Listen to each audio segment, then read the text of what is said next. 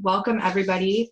We're really happy to have you all on the webinar with us tonight. My name is Ashley Morris. I'm the organizing director at the ACLU of Northern California, and you are logged into our Trainings for Changemakers webinar series. And tonight's Trainings for Changemakers is focused on reproductive justice and sexual health education. I will be helping facilitate the webinar tonight, including monitoring the chat box.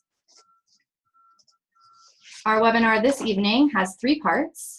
Phillida Burlingame, Reproductive Justice and Gender Equity Director at the ACLU of Northern California, will start by providing background about the California Healthy Youth Act and why young people need comprehensive sex education now more than ever.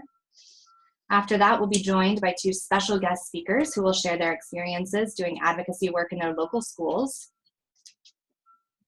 And finally, Phillida will go over a toolkit that the ACLU of California and Bay Area Communities for Health Education, or BOCCE, have developed for parents, guardians, and community members to use to take action and ensure their local schools provide comprehensive sexual health education. After we finish the toolkit presentation, you'll have a chance to write your questions in the Q&A box, which we'll then answer during our Q&A session. And if questions pop up for you over the course of the webinar, you should also feel free to type them into the Q&A box at that time. As a reminder, this webinar is being recorded and it will be made available to folks who request it after. The PowerPoint will also be available for you after the webinar, so don't worry about frantically taking notes. So now I will introduce Phillida Burlingame. Hi, everyone. Again, as Ashley said, my name is Phillida Burlingame. I'm the Reproductive Justice and Gender Equity Director here at the ACLU of Northern California. Welcome. It's so exciting to have you with us here for this webinar tonight. And as Ashley said, this is a critical moment to take action for sex education. It's a moment of great upheaval in our nation with respect to access to reproductive health care, gender equity, and LGBTQ rights. On the one hand, we're seeing a serious rollback of rights and protections at the federal level. In the education context alone, we've seen the Trump administration rescind guidance to schools on Title IX protections against sexual harassment and assault, and also rescind guidance on preventing discrimination against transgender students.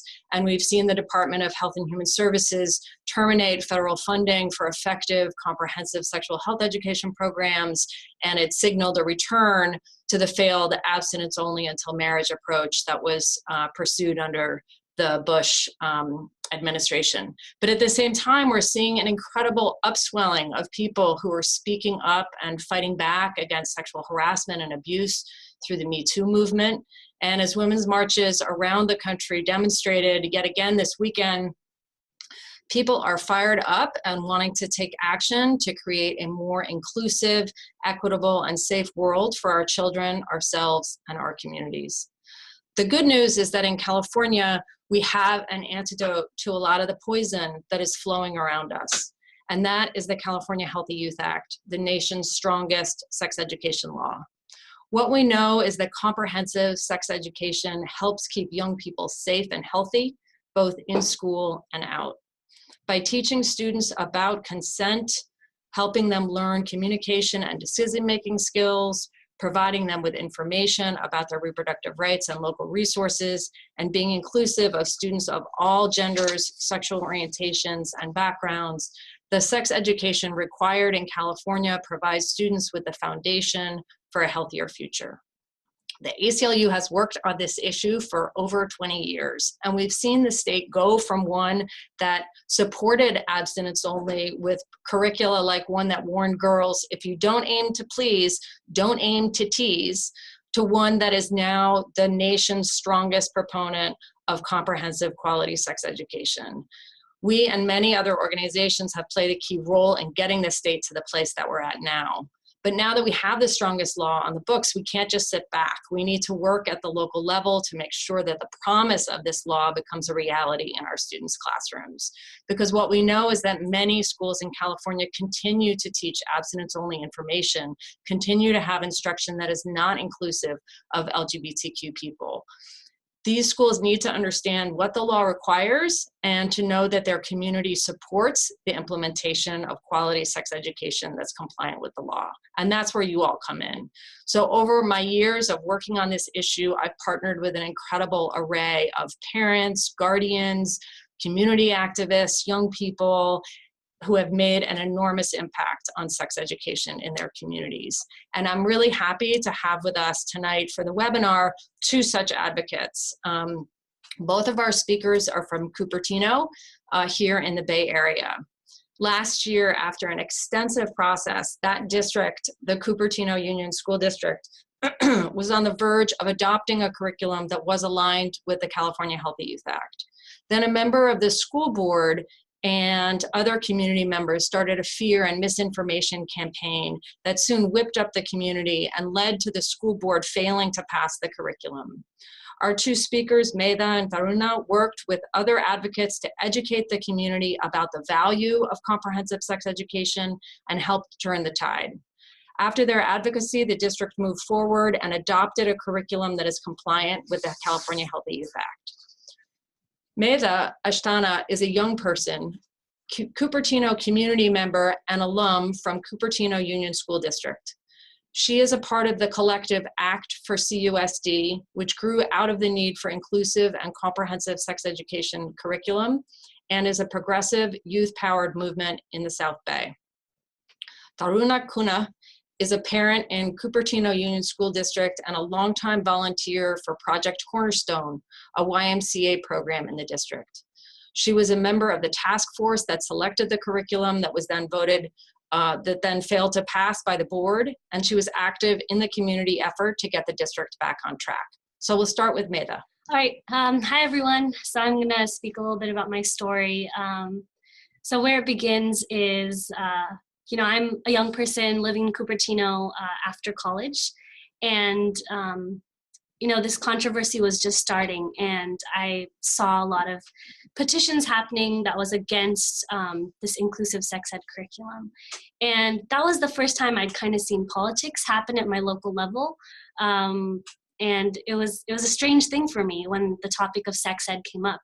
You know, I hadn't thought about it since human growth and development, but when it did, I was really interested and kind of angered. And I thought about my experiences with sex ed growing up and how it was actually not that memorable. And I think that itself tells a lot, that if it was good sex ed curriculum, I would have felt empowered or felt like, you know, this makes sense. It's not a scary topic. And I remember things like that it was very medical, definitely just like, here are the facts. And sex is, you know, just penetration of, you know, heterosexual vagina, penis stuff. And then so it was, you know, not that interesting, not that helpful necessarily for me at that age. And I just thought about how I wish it could have been more. I wish it could have been more about the things that mattered to me at that age, which were more like consent, healthy relationships, things like talking about like body image, self-esteem, things which are related to your growth and health, but not necessarily have to do with the act, which parents get really outraged about. But I really wish that growing up when I was, you know, 11 or 12, I could have had a trusted teacher talk to me that like, it's okay to, you know, say no to friends who are mean to you or friends who cross your boundaries. And that's not only on a platonic level, but what if you're having, you know, like romantic feelings towards someone, and learning about what these boundaries mean and, you know, social relationships. I was definitely a teacher's pet growing up, so I would have really liked to have that teacher talk about not just science, that stuff. So, you know, going back to when this issue happened, I thought about, this actually does matter to me and I do want to be a part of it. So I was part of organizing circles, part of advocacy and organizing circles, and I had a friend from an LGBTQ API group called API Equality Northern California reach out to me. And I reached out to my circles as well, such as South Asian organizing circles from Bay Area Solidarity Summer, and kind of got some people together, like young people like me. And all you really need is people who kind of support the issue. And we got together, found my people basically, and we started doing testimonials at the school board meetings. We started meeting with other parents. We started putting together an alumni letter, voicing support for CUSD to actually, consider material that's in compliance with CHIA.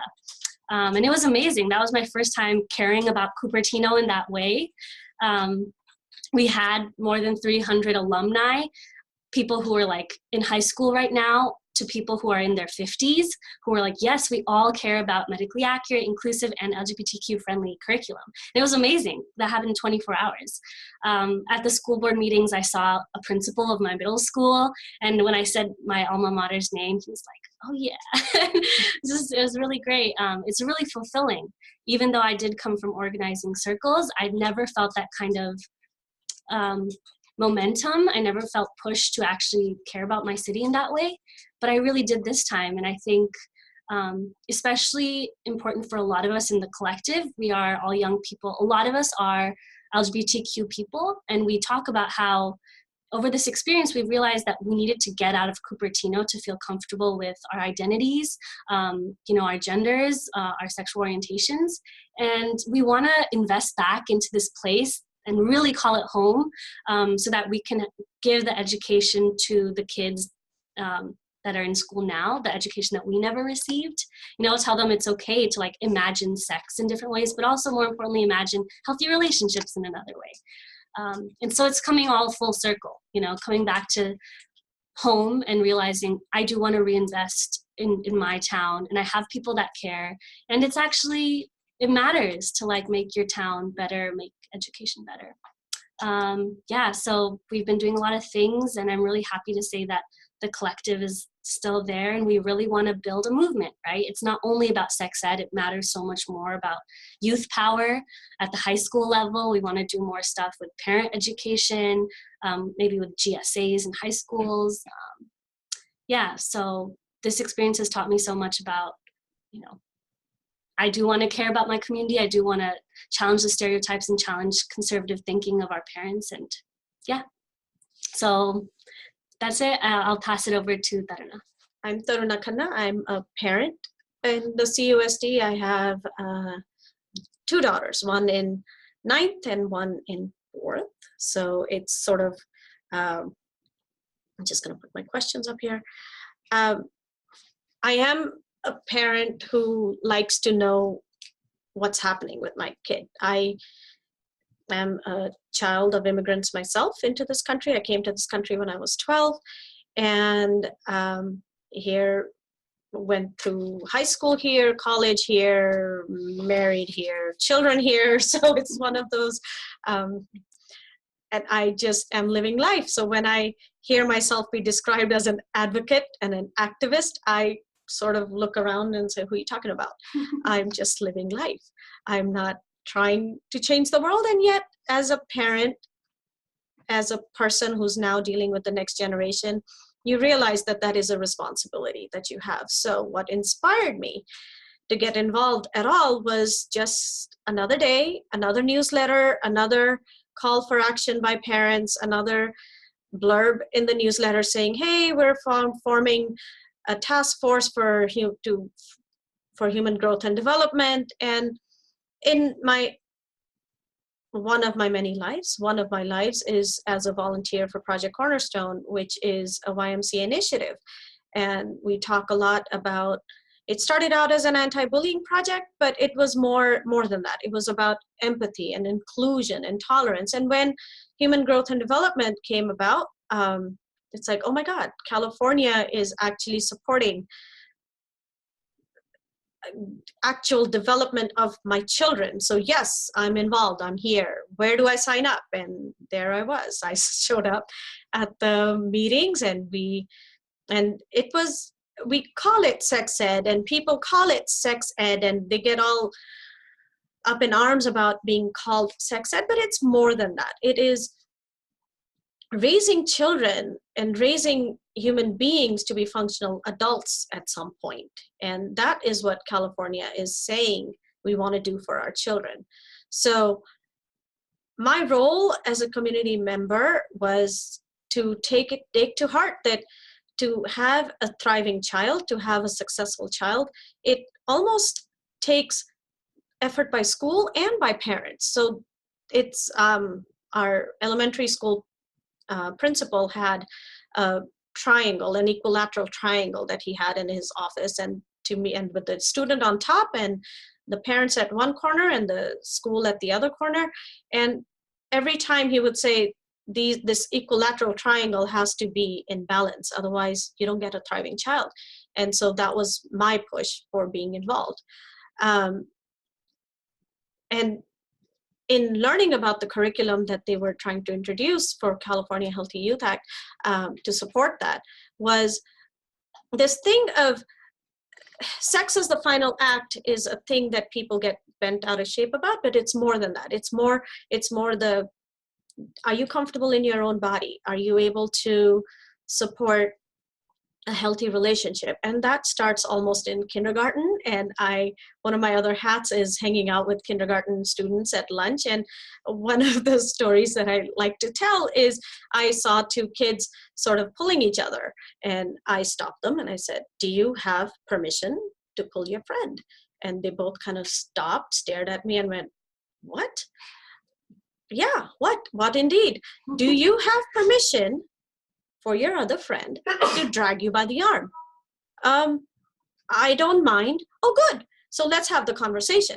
Ask him, may I pull you by the arm? And they both giggled and they kind of went, may I pull you by the arm? And the other kid kind of went, yes, you may. And I said, okay, great. You have consent. Go for it. And they both kind of looked back at the crazy lady who stopped them from playing.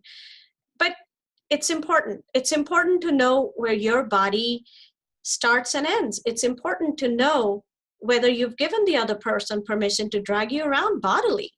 And this comes from my sex ed, or my introduction to human growth and development way back in the day was Bollywood movies. And I talk about that. It's a guy and a girl meet and they get close to each other and the birds fly, and 9 months later there's a baby and the movie ends.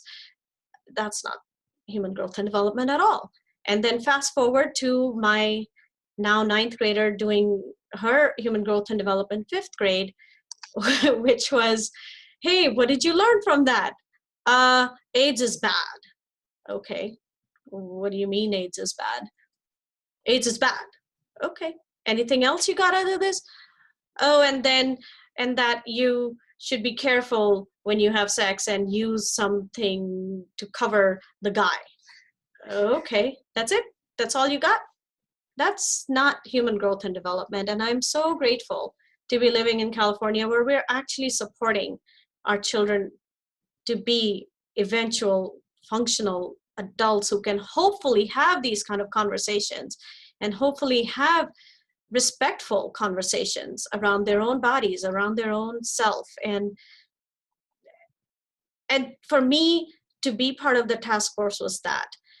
And then, of course, Cupertino School District went through the challenges that it went through. But thankfully, we're back on track, and we didn't pick Plan A, we picked Plan B. Again, both were good curriculum. One supported like a workshop type of a format, and the other one was more sort of worksheet based. I felt, again, both cover what it needed to be covered. So we're grateful that it exists. But at the same time, I hope that moving forward, like some of these curricula do put in some of the role plays and the workshop type model that has been shown to be proven to work with younger adults. And it's something that I am grateful that does exist and is going to continue to grow as we move forward with this. And I hope that parents take this as making their kids a stronger person, and not just about sex. Sex will happen. We are a human being. We haven't quite met the purple people eaters yet. And so, I mean, in some way, there is sort of one way that we procreate, and that's not going to go away. Yes, science helps, but in some cases. But at the same time, that's not the only thing that this law is talking about. And that is the most important part that we should take away from this. And send it back to you, Phillida. Great, thank you both so much. It's always just such an inspiration for me in my work, as I said before, to hear and learn from everyone at the community level, and witnessing the leadership of parents and young people in doing this work. So what we're going to do now is we're going to dig into the details of this toolkit that we've created and how you too can take action to ensure that young people in your communities have sex education that meets the requirements of the California Healthy Youth Act. So as I mentioned, the California Healthy Youth Act is California's sexual health education law, which took effect in 2016. And I'm just going to go a little bit into what the requirements of the law are before I talk about the toolkit. So the Healthy Youth Act, or CHI as we call it, requires that sex education and HIV prevention education be taught once in middle school and once in high school by trained instructors. There are some universal requirements, so regardless of what grade it's taught in, even in elementary school, where it's not mandated, but if they do teach it, they have to follow these requirements. It has to be age appropriate, which means that it has to speak to the age and developmental level of the student. It has to be medically accurate, based on science, not ideology. It has to be appropriate for all students, including students with disabilities, English learner students, and students of all racial, ethnic, and cultural backgrounds. It has to affirmatively be inclusive of LGBTQ people and relationships. And it does promote communication with parents and guardians and other trusted adults. What we know from research on sex education is that, contrary to what you might hear from some opponents of sex ed, where they say, you know, this should be the role of parents, the schools are usurping our role. In fact, quality sex education increases communication at home between young people and their parents, because it gives opportunities to talk about topics, and it creates those openings for having important conversations. Another thing about the law is that all elements of instruction have to align. So for example, you can't have the abstinence-only content, like the thing that I mentioned before, watch what you wear, if you don't aim to please, don't aim to tease. You can't have that on day one and then have something that's science-based and medically accurate on day two and say, oh, well, it all comes out in the wash, it's all balanced. No, all of the pieces have to be integrated and aligned with the law and with each other. And so then in grades 7 through 12, there's specific required content. So as you'll see here from the slide, it ranges from STI and pregnancy prevention to delaying sexual activity to sexual harassment, relationship violence, and trafficking. Importantly, it tells young people about their rights to access care and local resources for accessing care, so that young people really know not only about this information, but they understand how, when they need it, they can access care in their own communities. And importantly, it doesn't just provide students with information, it also helps them to develop skills for communication and decision-making. So next slide, please. So how do you make this sure that this terrific instruction that's required under the Healthy Youth Act is actually reaching into your local classrooms? As I said before, we have this great law. We passed it in 2015. The ACLU worked on it with a number of our other partner organizations. We're so proud to have done that, but we can't stop here, because schools aren't necessarily saying, oh, this law is on the books now, we automatically have to do it. Many of them may not know about it, or they might be overly cautious about it. They might not know that their community is interested in it. So this is, as I said before, where you come in. How do you make sure this terrific instruction is reaching into your classroom? You use the toolkit. that the ACLU of California has created with BACI, Bay Area Communities for Health Education. So what we're going to do in the next part of the webinar is we're going to go through the main parts of the toolkit. But first I want to just say a word about BACI, the other organization that partnered with us on this. BACI and its parent organization, Cardia Services, are deeply involved with schools and districts that are in the process now of updating their sex education to meet the requirements of the Healthy Youth Act.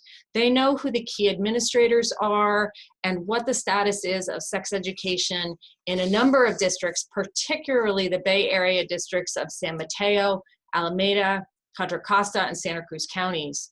So if you're interested in working in any of those counties, BACI would be a great first point of contact for you, as they'll likely have information that can help you jumpstart the process. And at the end of the webinar, we have information and contact information, and we'll send this all out to you. So you don't have to take notes or feel like you have to write down the contact information now. We'll definitely get that to you after the webinar. So let's get started in going through the toolkit. So the first thing that you have to do in starting a campaign to improve sex education is to find out what's actually going on now in your district. The first step is to access the policies and instructional materials that are in use now. So parents and guardians do have rights to this material. You have the right to view the curriculum that's being taught in the local schools, and anyone in the community has the right to view policies, school board policies. So there are ways that you can access the school board policy, and I'll get to that in a minute, but some of the materials to request, as you'll see here, include the materials that the teachers use, the school board policies and administrative regulations, and the other materials used to teach sexual health education.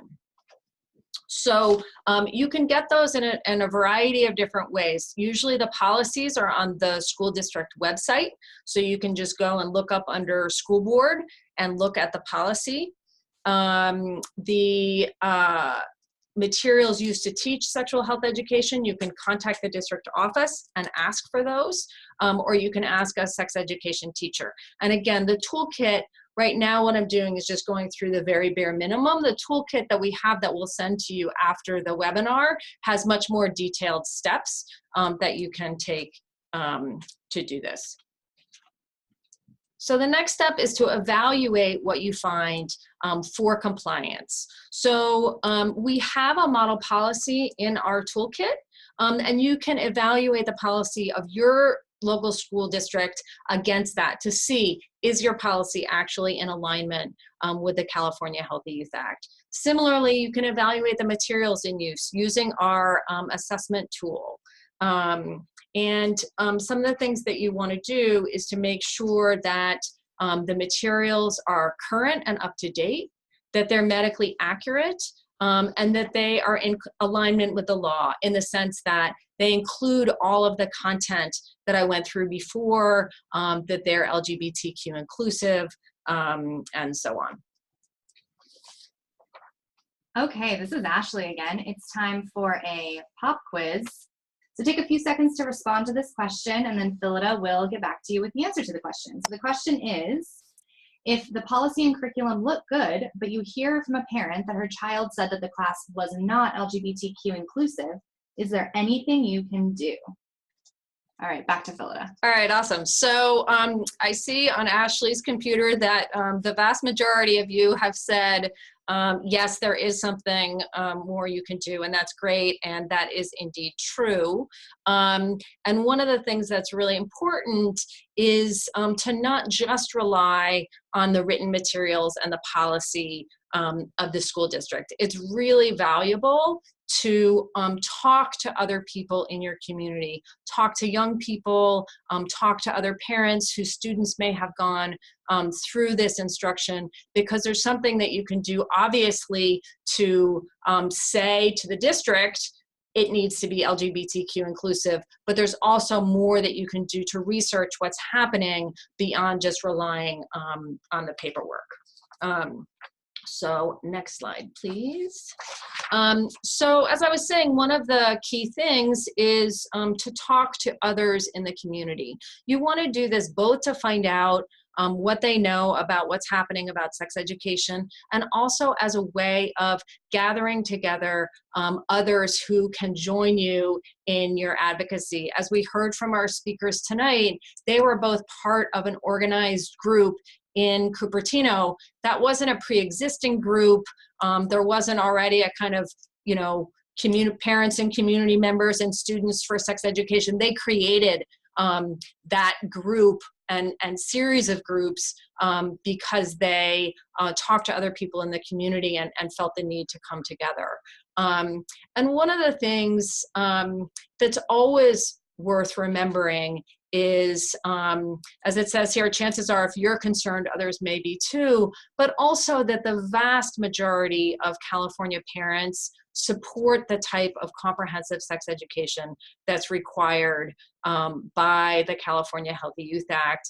And I'm going to just pause for a second to tell you an anecdote from when I first started working on this issue about 20 years ago. The first parent who I met who did advocacy against abstinence-only sex education was in Hemet, California, which is a really conservative area of southeastern Inland Empire, for those who know it. And she said to me at the time, this was after the fact, and you know, she had been kind of like through the fire, and she said, you know, I never thought I was going to be an advocate for this. I'm a kind of stay-at-home mainstream Republican. I don't even vote.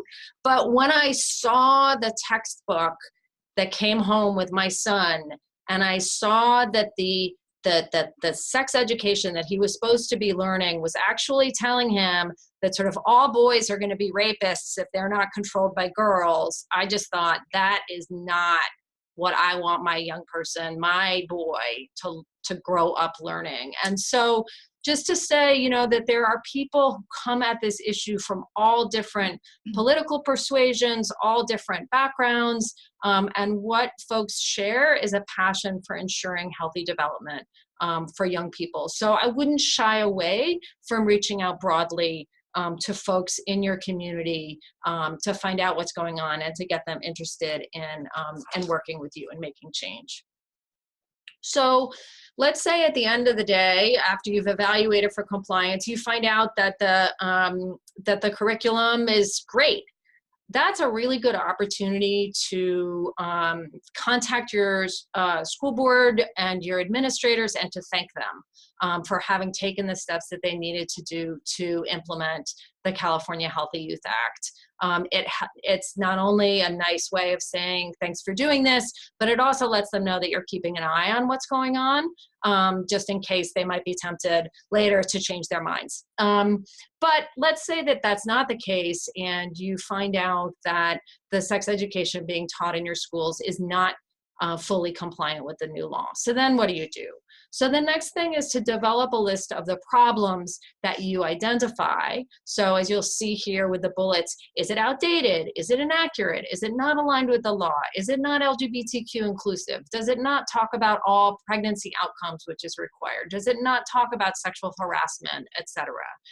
So do a list of the problems and then create a list of what we call the asks. What are the changes that you want to see that the law requires them to teach? One of the things that's really great about the advocacy that is happening now and that we're inviting you to do is that it's not just about saying, hey, as a parent, as a community member, as a young person, I want to see this. It's also saying, and you have to do this under the law. And so that's a really strong leverage point that you have in your pocket to use with the school district. So remember that Bocce is another resource that you can use for support. And Bocce has another toolkit that we link to in this toolkit that has more extensive information about, for example, creating a list of asks, or how to meet with a school district or decision maker, which is the slide that we're seeing now. So just know that what we're doing here is surface level, and you'll be getting from us not only this toolkit, but then links to deeper level of supportive resources that you can use to develop your campaign. So your next step then, after you've created your list of asks, is to meet with a school or district decision maker. So that could be the school principal, it could be the district superintendent, an associate superintendent in charge of instruction, the curriculum director. What you want to do is suss out a little bit, is it a problem just at one school? If so, then that's the principal. Is it a district-wide problem? Then you might want to go first to the superintendent or the curriculum director or associate superintendent. Identify, if you can, who you think might be allies within the district, or who might be areas of kind of block in the district, and see if you can make inroads with the people who would be natural allies. One thing it's important to note that you should talk first with the district administrators before going to the school board, because the school board will automatically want you to meet with the administrators first. So for your meeting, you want to arrive prepared, which is you want to bring your list of problems and asks. You want to bring information about the law.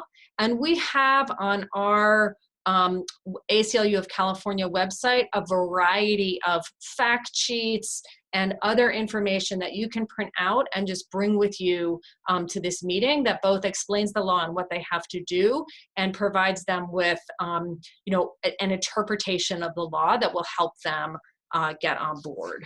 And you also want to make sure that you bring a representative group of people from your community with you. It's Ashley again. I jumped the gun getting to that poll slide, but we have another poll question for you. Have you ever met with a school or district decision maker? So this could be a superintendent, it could be a curriculum director, it could be an assistant superintendent, it could be a member of the school board, and it doesn't have to be on this topic. All right, so it looks like it's about 50-50. About half of you have already met with folks in your district. That's terrific. For those who haven't, don't be intimidated. It's easy to do, and they're accountable and responsive to you. So just keep that in mind. So after you meet with the school or district decision maker, if you feel like you're making progress at the administration level, then by all means continue with that. If you're reaching a barrier, you feel like they're not paying attention to you, then it's valuable to go up to the school board level to do a presentation to the school board. This is valuable because it brings wider attention to the issue. So often school board meetings are televised locally. They're covered by the press. There are all of the elected school board members, also other members of the community. It gives you an opportunity for a wider airing of your views, and for pointedly asking the school board why the instruction in the district is not compliant with the law. When you go to present, make sure that you arrive again prepared, and you can have about 2 to 3 minutes per speaker to talk on issues at the school board, and the toolkit goes through all of this. The most important thing is to make sure that you organize a group of mobilized supporters. Even 5 to 10 people having a similar sign or wearing a similar t-shirt can make a huge difference at a school board meeting, since they don't usually have significant turnout. Okay, we have another poll question. As you might have guessed, we recently discovered this feature in our webinar technology, so we're very excited about it. So this question is, have you ever presented at a school board meeting? Yes or no? And once again, it doesn't have to be about sex education. Have you presented at a school board meeting for any reason? In public comment, on an agenda item, about an award that your school was giving, anything. All right, so it looks like a greater majority have not presented before the school board. Doing so, as I said, is it's a great opportunity to get your voice out there. One of the things that's valuable to do is to do a little research on who the school board members are beforehand, so you'll have an understanding of what the dynamic might be on the board, and evaluate kind of what you think the reception is going to be. Be aware of the political context and know that school board members are elected officials and they can be swayed either way. So you want to be as persuasive as possible and understand the context when you go into the school board meeting. So finally, we want to make sure when we can to use the media. So this is both social media in your community to amplify your message and make sure that other neighbors, community members, young people, parents, etc., are aware of the problem in your district and aware that you're taking action to change it. You can also write letters to the editor, reach out to your local paper to do an op-ed, or go on a local radio station to talk about the issue. That was something that was done here in the Bay Area with some of the pushback that was happening around Cupertino, and I think it was really valuable as a way of helping the broader community understand what's going on. But know that the media gets into a frenzy about sex and young people. So you just need to be careful about how you use the media and make sure to do it strategically so it doesn't get out of hand. So again, this Bocce has an extensive toolkit that goes into these topics, and we also have more material on our sex ed webpage. So here, finally, are some of the other valuable resources. And I know that this text is tiny and you can't read it, but mostly this should give you a sense of the community of organizations in California, and some are national, that are working on this issue, as a way of giving you a sense of comfort that there are a lot of resources out there to support you in this work. There's Bocce that I mentioned. Forward Together has resources for engaging Asian and Pacific Islander communities. They have terrific materials, including a kind of like a zine for use with young people. Similarly, California Latinas for Reproductive Justice has specific information on working with Latino communities. The GSA network is a great ally in working with LGBTQ students and allies. And the ACLU of California, we have our offices across the state in San Francisco, Fresno, San Diego, Los Angeles, San Bernardino. We're all working on this issue, and we're all available to you as well to be a resource. And at the bottom here, these are some of the national organizations that have great materials as well for parents and community members.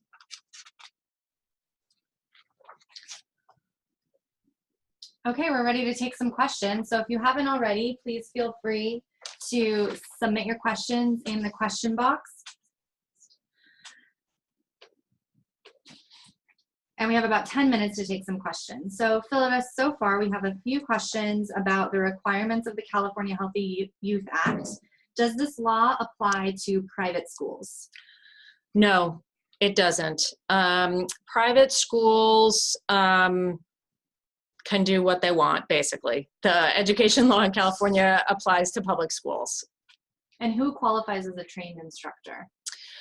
The law says that instructors have to have a background of training, so it's not too specific in order to allow people with a variety of different training kind of avenues to provide it, but they have to have an expertise in comprehensive sexual health education, and then they have to receive periodic training, particularly in HIV prevention ed, to stay updated on the latest scientific advances in the field. And hopefully they do on the broader topic of sex education as well. But the law is pretty specific about what that looks like.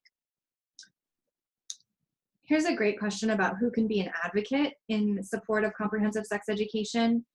Can someone who doesn't have a child but who still wants to advocate for comprehensive sex education still be part of that? Absolutely. As a member of the community, you are someone that the schools in your community are part of the fabric of your community. You have an interest in the community life and what's happening with young people. And by all means, your voice is important, and it's great to get involved regardless of whether you have a child in the schools or not. Great. And we have a couple of questions about how to access policies and who has access to policies and curricular materials. Are students allowed to access policies and teaching materials? And do you have to be a parent of the student, a student who's taking the class, in order to be able to access that information? Great questions. So as I said, most districts now have the policies just up on their website. So if you go to the district website, and usually it's under the menu item it'll say school board. And then if you click on that, it'll say board policies. And you can find the policy. In our toolkit, we specify the number of the board policy that's usually sex education. So that'll give you specific guidance on which policy to look for. And so that can be accessed by anyone.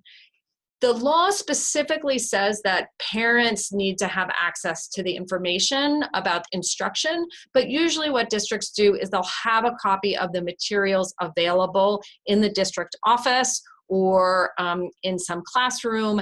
And if you say, I'm an interested member of the community, I'd like to know what sex education curriculum is being offered by this school, it would be unusual and problematic for the school district to say, no, we don't want to show you what we're teaching. So I think that you have good grounds there for pushing back. We have a couple questions about what the requirements are for the lower grades, earlier than 7th grade. So the first slide that I did with the universal requirements, that applies to all of the lower grades. So basically, these are baseline criteria. So medical accuracy, that it has to be science-based, it can't be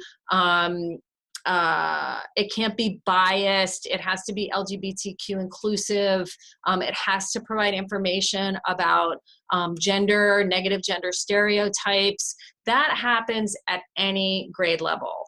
The only required information that's specific to grades 7 through 12 is the much more specific content information about, say, for example, pregnancy or STI prevention. But the baseline kind of good qualities of comprehensive sex education have to be included regardless of when it's taught, including in elementary school.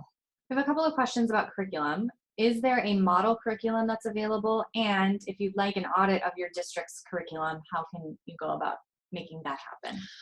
Great questions also, and I meant to mention that, so I'm really glad you asked that question. There is no model curriculum from the state of California. California does not adopt a curriculum and then say to all the schools, here, put this out there. But there was a review done by a organization that's a partnership between governmental and non-governmental organizations that reviewed some of the main curricula that are most compliant with the law, and that's called ASHWIG, the Adolescent Sexual Health Work Group.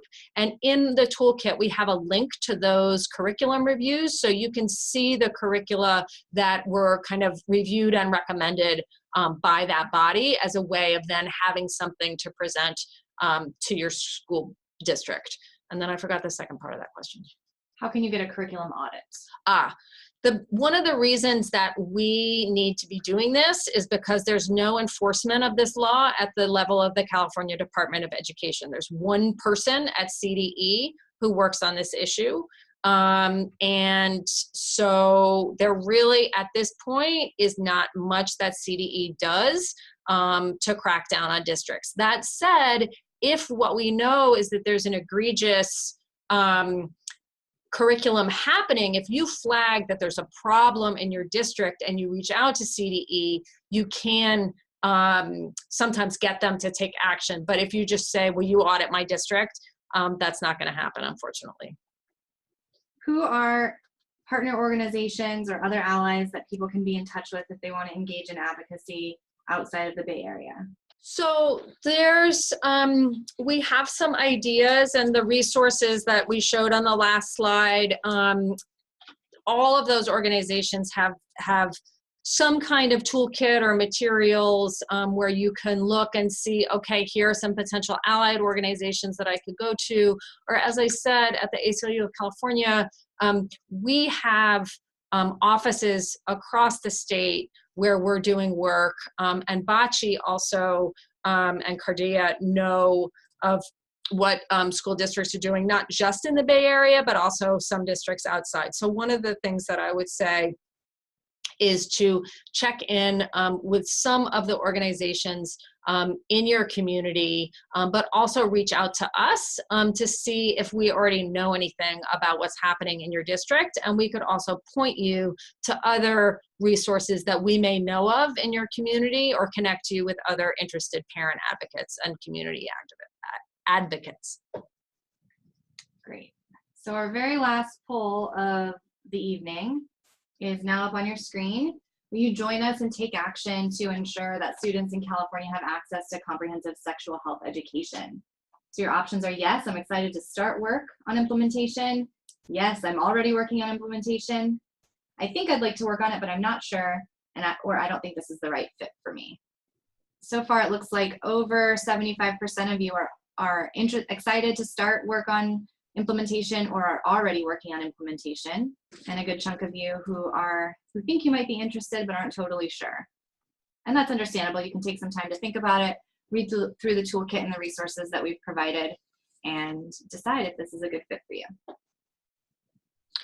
So this is the end of the webinar. Thank you so much for participating. I really hope that it's been both galvanizing for you in terms of understanding the value of the California Healthy Youth Act and quality comprehensive sexual health education for our young people here in the state, and the opportunity that you can seize as folks whose local school districts are accountable to you, the way that you can really make change and help our state fulfill the promise of this law, and to push back against, as I said in the beginning, some of the negative actions that are coming our way and coming the way of our young people, and really helping students in California develop into healthy adults. So thanks so much. We have a ton of resources to offer you, and I'm going to turn it back over to Ashley, who's going to do our final bit. So thank you all so much for joining us. I just typed in the chat box a link to a survey that will allow you to provide us with some feedback and an evaluation of this webinar. The ACLU is currently doing a series of these webinars on different topics, and we'd love to have you join us for whatever topics interest you. And your feedback is really taken into consideration for how we develop future webinars. So please give us your feedback at that SurveyMonkey link that's in the chat box. We'd really appreciate it. We will also provide you with some contact information so that you can reach us if you have any further questions after the webinar. You'll get an email that has links to all the resources that we referenced today. And we look forward to working with you on all of these issues. Thank you all so much.